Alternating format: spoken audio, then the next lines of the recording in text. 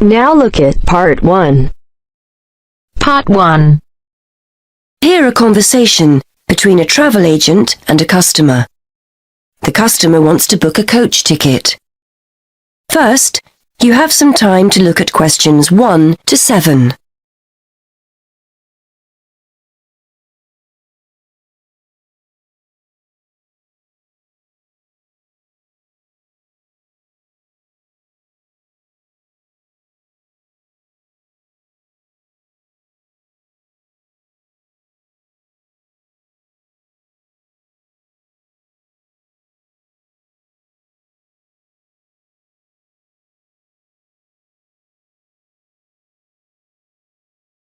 Now we shall begin.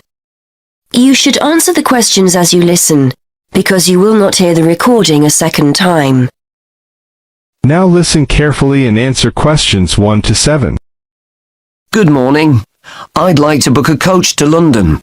I was hoping you had something available this Saturday afternoon. Good morning, sir. Take a seat and I'll just check for you.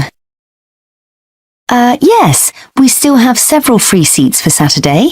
Where will you be leaving from? There are 3 pickup points in town: Main Street, Centenary Square, or the Central Bus Station. From Centenary Square, please. That's easier for me to get to than the bus station. And what time would you like to leave? There are coaches on the hour every hour, from 12 through till 6 p.m. Well, I'm meeting someone at the station in London and I need to be there for 4:30. So, which one would you recommend? Well, there's one leaving at 1 that arrives at Victoria Station at 4:10, if that's any good. Traffic is usually quite light at the weekend and the drivers tend to make good time, so I think you'd certainly be there for 4:30. Okay, that sounds just right. I think I'll take that. I can always phone ahead if I'm going to be late. And when are you returning, sir? Actually, I'm not sure when I'll be coming back, so I won't book a return ticket, just one way. I can always book you an open return if you'd like. You can use this at any time within the next month, as long as you contact us first to reserve a seat. Well, there's a chance I might be getting a lift back, you see, so I'll just pay for one way. I don't want to buy a return if I don't need it. Okay, no problem. Are you travelling alone? Just the one ticket, please. I'm going down to visit my daughter at university. My son's meeting me at the station, so it's a proper family reunion. Very nice. Okay, well I can book that for you if you like, sir. That'll be £23.50. Now I just need to take down some details. Can I have your name, please? Yes, it's Matthew Upton. That's U-P-T-O-N. And your address? 34 Allesley Road. Allesley, that's A-L-L-E-S-L-E-Y. And your telephone number? 01732 558 997. And your email address. We'll use this to send confirmation of your travel details. matt257@yahoo.co.uk. Okay, thanks. Before you hear the rest of the conversation, you have some time to look at questions 8 to 10.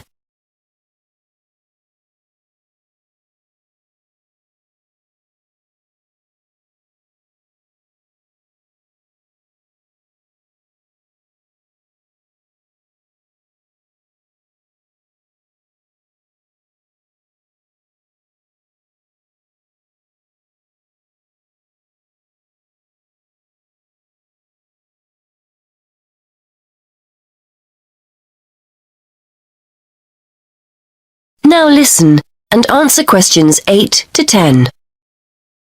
Before I forget, I'll be taking a little luggage. Is there a set luggage allowance? We offer a very good luggage allowance. You can take 2 suitcases as long as they're no more than 20 kilos each. That's 40 kilos in total, and 1 small item of hand luggage on the coach.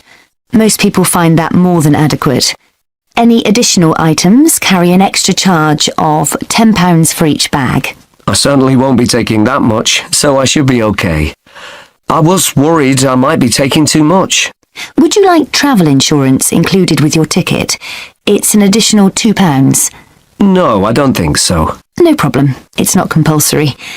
OK. How will you be paying?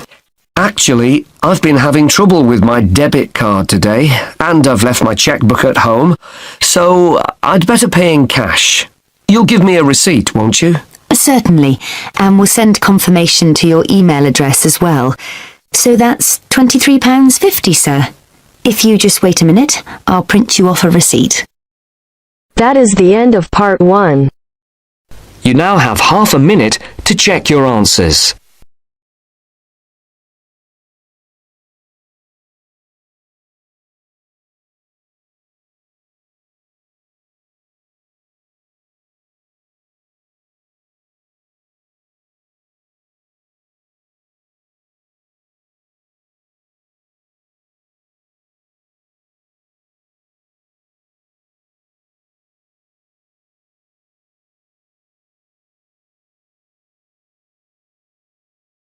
Now turns to part 2. Part 2. You'll hear a monologue about a guided tour to London. First, you have some time to look at questions 11 to 17.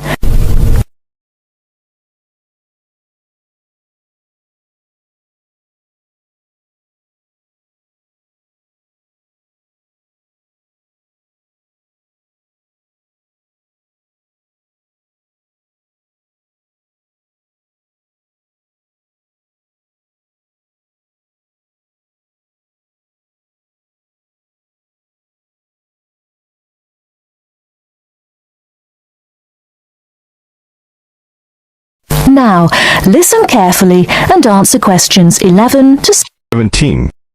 Hello, can I just have your attention for a minute? Thank you. My name is Mary Golding. Some of you may recognize me. I used to be a lecturer here at the college, but I changed jobs last year and now I work as the student officer. Okay, well, I'm in today to tell you about a guided tour that we've got going to, London. Well, this will be a good chance for those of you who haven't been to London before to have a look at this beautiful city. I think those of you who come will thoroughly enjoy it. The trip is going to be for 5 days, from the 31st of March, which is a Saturday, to the 4th of April, the following Wednesday. We'll be taking a medium-sized coach, so there'll be 45 places on that. Last time it was a minibus with only 16 places, which proved insufficient for students' needs.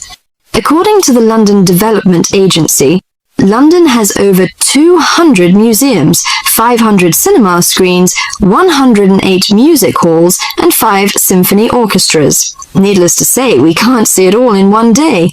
Here are some major sites we are going to tackle on the first visit to London. On the first day we're in London, we'll be going on a boat trip up the River Thames and up the London Eye. The Eye is a giant modern Ferris wheel which stands on the south of the river, across from the Houses of Parliament. The boat cruise is included in the cost of the trip, so you won't need to worry about spending extra money. But you have to pay to ride the Eye to gaze out over the vast city.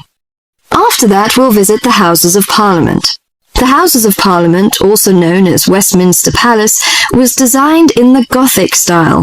One of London's famous landmarks, Big Ben, the clock tower named for its 13-ton bell, is also found here. You can have a free visit up there. I think you all know Westminster Abbey, one of the most visited Christian churches in the world. There is no admission charge for this, but there are lots of souvenir shops around, so you might need some money for those. On the second day, we'll be going to the British Museum. The oldest museum in the world is also the most visited site in London. You have to pay to get in there, but it's not expensive. Before you hear the rest of the talk, you have some time to look at questions 18 to 20.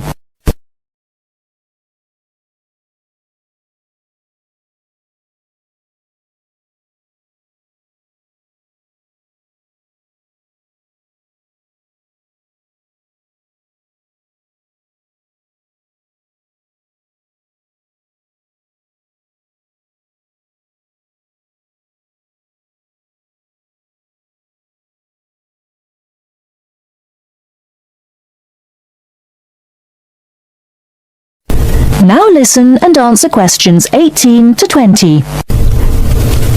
Also, the most visited site in London.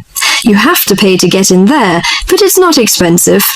The museum's newly constructed £100 million Great Court, a 2-acre square enclosed by a glass roof, is the largest covered public square in Europe. It is called the Great Court.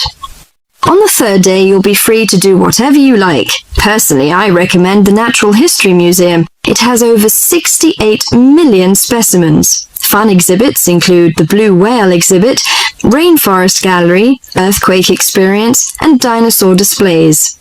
The Globe Theatre is a place worthy of visiting. The original Globe Theatre, where actors performed William Shakespeare's plays, burned down in 1613.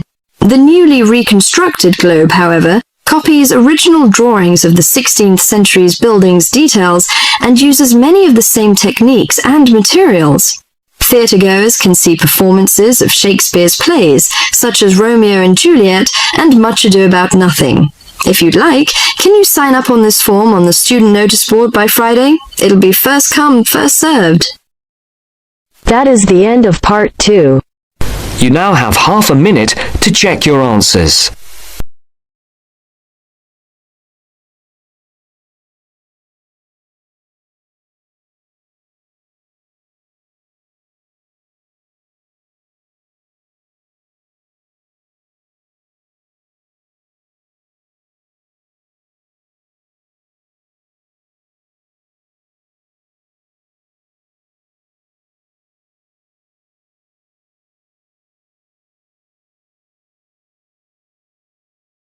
Now turns to part 3. Part 3. You will hear a conversation between a student, Kayana, and a professor about an assignment. First, you have some time to look at questions 21 to 27.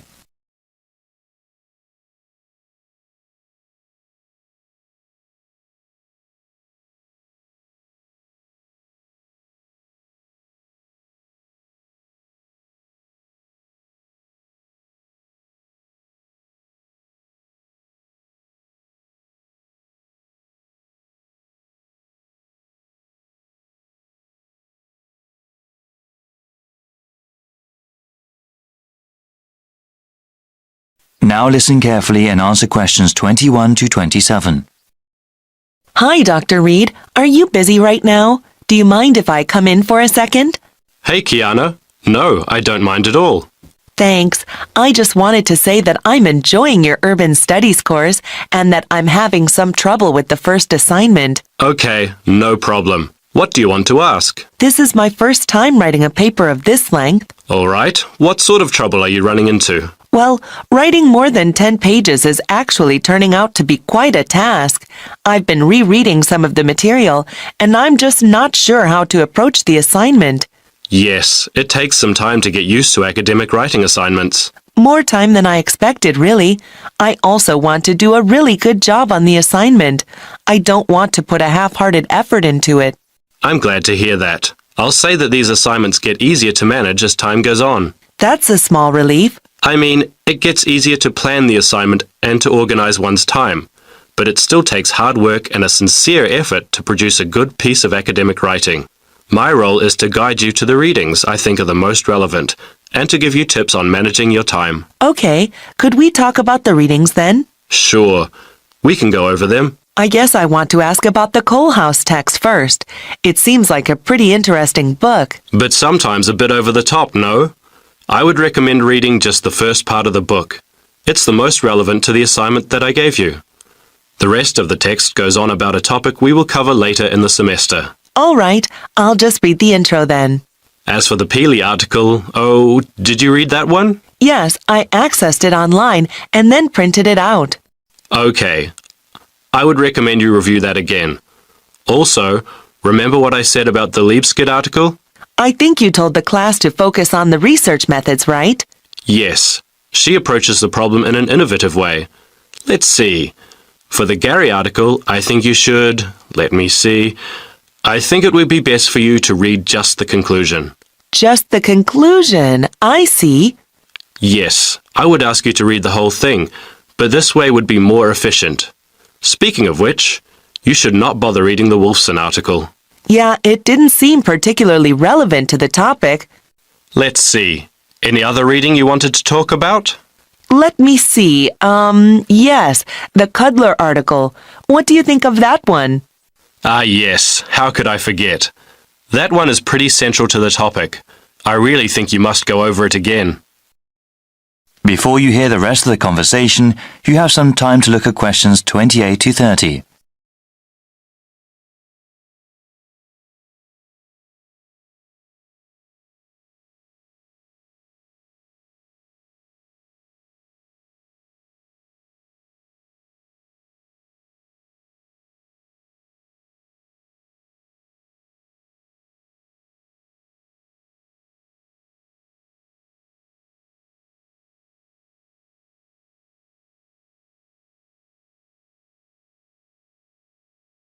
Now listen and answer questions 28 to 30. All right. Is there anything else you wanted to ask about? Yes, I wanted to ask about the line graph that you provided. It seems that the legend identifying the different parts is not there. Ah, it must not have been photocopied correctly. Here, let me explain them. They all represent percentages of the population in Manassas, okay? Line 1 here at the top is the percentage of people who were born in a foreign country. Born outside the country. Okay, and this one? The next line down, line 2 refers to the percentage of people with citizenship. All right, got it. Those making a middle-class wage are represented by the fifth line down. Okay, middle-class wage earners. And the line number 4? That is the percentage of people with a college education or higher. All right, and the one in the middle? That one is the percentage of population who are married and have children. Got it. Thank you so much, Dr. Reed. I really appreciate your help. That is the end of part 3. You now have half a minute to check your answers.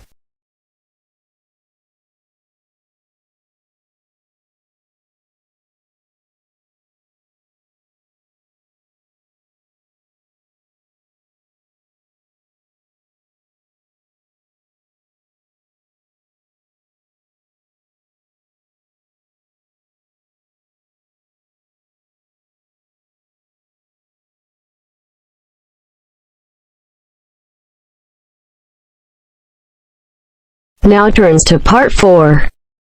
Part 4. You are going to hear a talk on Canada. First, you have some time to look at questions 31 to 40.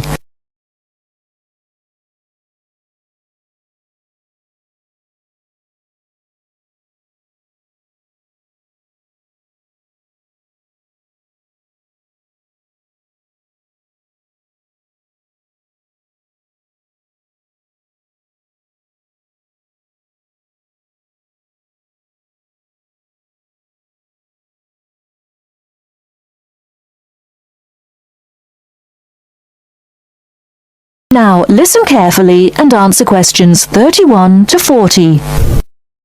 Good morning and welcome to this talk on Canada.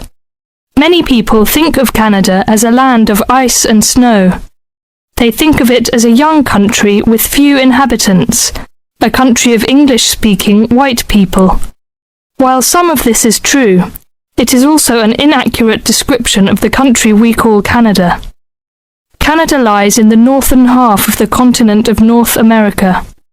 The most northern parts of Canada are sometimes called the land of the midnight sun, because at certain times of the year the sun never sets and is still shining faintly at midnight. This northern part of Canada is cold and mostly snow-covered all year round.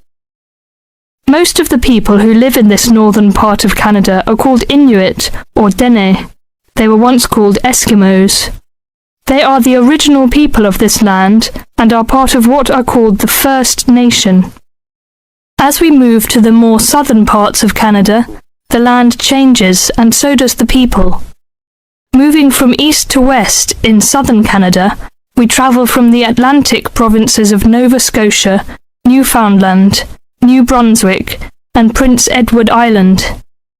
These small provinces with small populations border on the Atlantic Ocean. The land in these provinces is not very fertile, so fishing, forestry and mining are the main industries, although in some small areas, agriculture is also important. If we travel west from the Atlantic provinces, we come to central Canada, composed of the large provinces of Quebec and Ontario. Both provinces are rich in natural resources, have fertile land, and are the centres of industry for Canada's largest cities. Toronto and Montreal are found in these provinces. The province of Quebec is the centre of French language and culture in Canada.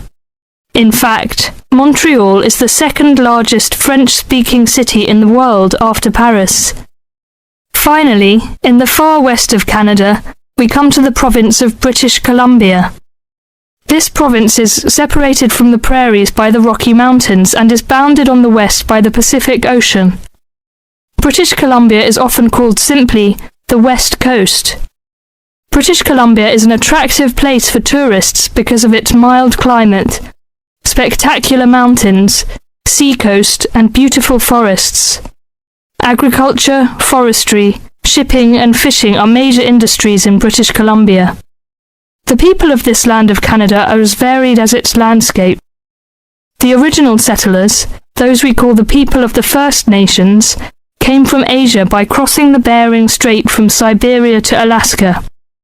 In their new environment, they developed many new languages and cultures. In the 16th century, the first Europeans arrived in eastern Canada. They came from Britain and France. By making treaties with the original inhabitants, they gradually established colonies in eastern and central Canada. After a war with France, Britain took over the French colonies in Quebec and eastern Canada. By the end of the 18th century, all of Canada was under British rule. From this time until the present century, most of the immigrants to Canada were British, Scottish, and Irish. In this century, however, Canada has had an influence of settlers from all over the world. There are now hundreds of thousands of people from Asia, Africa, and South America who now call Canada their home. That is the end of part 4. You now have half a minute to check your answers.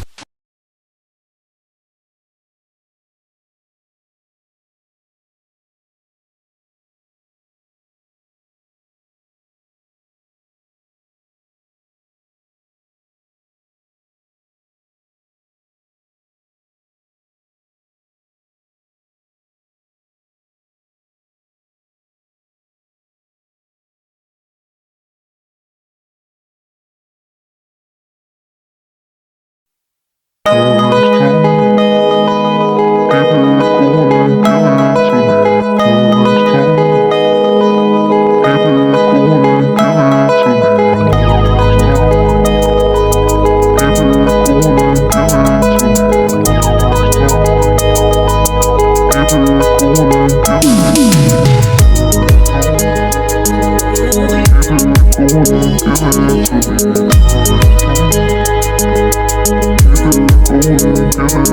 it to me.